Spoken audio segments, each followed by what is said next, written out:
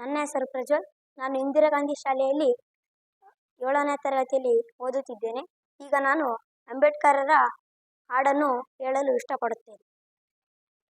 ಅಂಬೇಡ್ಕರರ ಜೀವನ ಕಥೆಯ ಭಾರತೀಯರೇ ನೀವು ಕೇಳಿ, ವಿಶ್ವ ಮಾನವನ ಸಾಹಸಗಾಥೆ ದೇಶಭಕ್ತರೇ ನೀವು ಕೇಳಿ.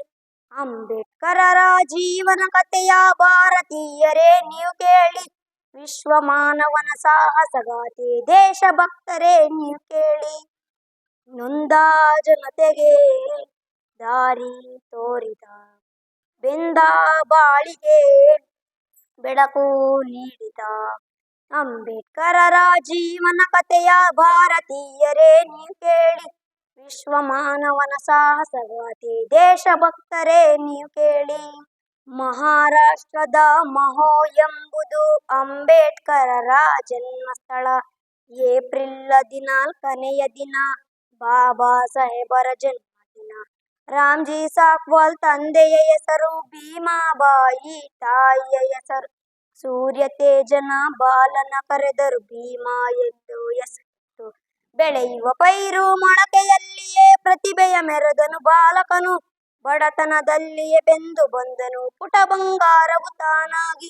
ನೊಂದ ಜನತೆಗೆ ದಾರಿ ತೋರಿದ, ಬೆಂದ ಬಾಳಿಗೆ ಬೆಳಕು ನೀಡಿದ ಅಂಬೇಡ್ಕರರ ಜೀವನ ಕಥೆಯ ಭಾರತೀಯರೇ ನೀವು ಕೇಳಿ, ವಿಶ್ವ ಮಾನವನ ಸಾಹಸಗಾಥೆ ದೇಶಭಕ್ತರೇ ನೀವು ಕೇಳಿ. ದನಗಳು ಕರುಗಳು ನೀರನ್ನು ಕುಡಿಯುವ ಭೂತಾಯಿಗೆ ಸೇರಿದ ಕೆರೆಯಲ್ಲಿ ಭೀಮನು ನೀರನ್ನು ಕುಡಿಯಲು ಹೋದರೆ ಜಾತಿವಾದಿಗಳು ಬಿಡಲಿಲ್ಲ.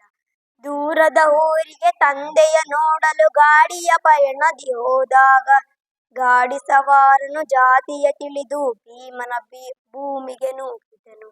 ಈ ಅನ್ಯಾಯವ ಕೊನೆಗಾಣಿಸುವ ದಾರಿಯ ಭೀಮ ಯೋಚಿಸಿದ. ನೊಂದ ಜನತೆಗೆ ದಾರಿ ತೋರಿದ, ಬೆಂದ ಬಾಳಿಗೆ ಬೆಳಕು ನೀಡಿದ ಅಂಬೇಡ್ಕರರ ಜೀವನ ಕಥೆಯ ಭಾರತೀಯರೇ ನೀವು ಕೇಳಿ, ವಿಶ್ವ ಮಾನವನ ಸಾಹಸಗಾಥೆ ದೇಶಭಕ್ತರೇ ನೀವು ಕೇಳಿ. ಸಂವಿಧಾನವ ಬರೆದನು ಭೀಮ, ಸ್ವತಂತ್ರ ಭಾರತ ಹೊಗಳಿರಲು. ಅಸ್ಪೃಶ್ಯತೆಯನ್ನು ತೊಡೆದನು ಭೀಮ, ಮತಾಂತರತೆಗಳು ನಡೆದಿರಲು. ನೊಂದ ಜನತೆಗೆ ದಾರಿ ತೋರಿದ, ಬೆಂದ ಬಾಳಿಗೆ ಬೆಳಕು ನೀಡಿದ ಅಂಬೇಡ್ಕರರ ಜೀವನ ಕಥೆಯ ಭಾರತೀಯರೇ ನೀವು ಕೇಳಿ, ವಿಶ್ವ ಮಾನವನ ಸಾಹಸಗಾಥೆ ದೇಶಭಕ್ತರೇ ನೀವು ಕೇಳಿ.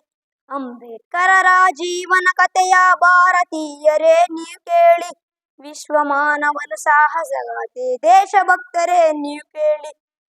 ಅಂಬೇಡ್ಕರರ ಜೀವನ ಕಥೆಯ ಭಾರತೀಯರೇ ನೀವು ಕೇಳಿ, ವಿಶ್ವ ಮಾನವನ ಸಾಹಸಗಾಥೆ ದೇಶಭಕ್ತರೇ ನೀವು ಕೇಳಿ.